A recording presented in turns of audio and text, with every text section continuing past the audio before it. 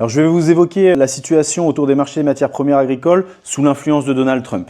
Donald Trump a été élu président des États-Unis et souffle le chaud et le froid sur les marchés financiers dans un premier temps, mais également sur le marché des matières premières agricoles et notamment sur le marché du maïs.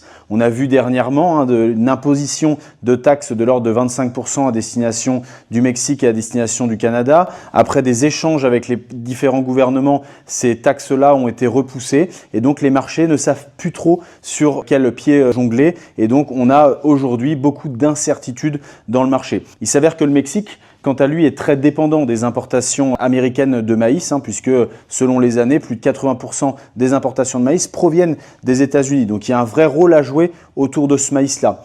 A contrario, c'est davantage le Canada qui va exporter de l'huile de canola à destination des États-Unis et donc naturellement, ça peut changer la consommation de soja au sein du territoire. Donc beaucoup de volatilité, beaucoup d'incertitudes, reste désormais à statuer sur ce qui va se passer notamment avec la Chine qui est un gros partenaire notamment sur les exportations de soja américain. Avec Donald Trump, les marchés sont dans l'émotion.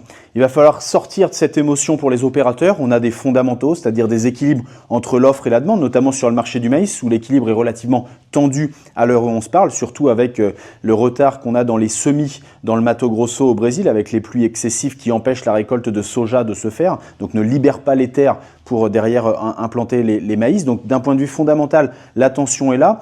Or, le matin, Donald Trump peut évoquer un point de tension, démenti l'après-midi par la Maison-Blanche. Donc sortir de cette émotion, être solide sur son socle, solide sur ses fondamentaux, ça va être très important pour les opérateurs dans les prochaines semaines et dans les prochains mois. Les taxes mises par Donald Trump peuvent rebattre les cartes sur le marché mondial.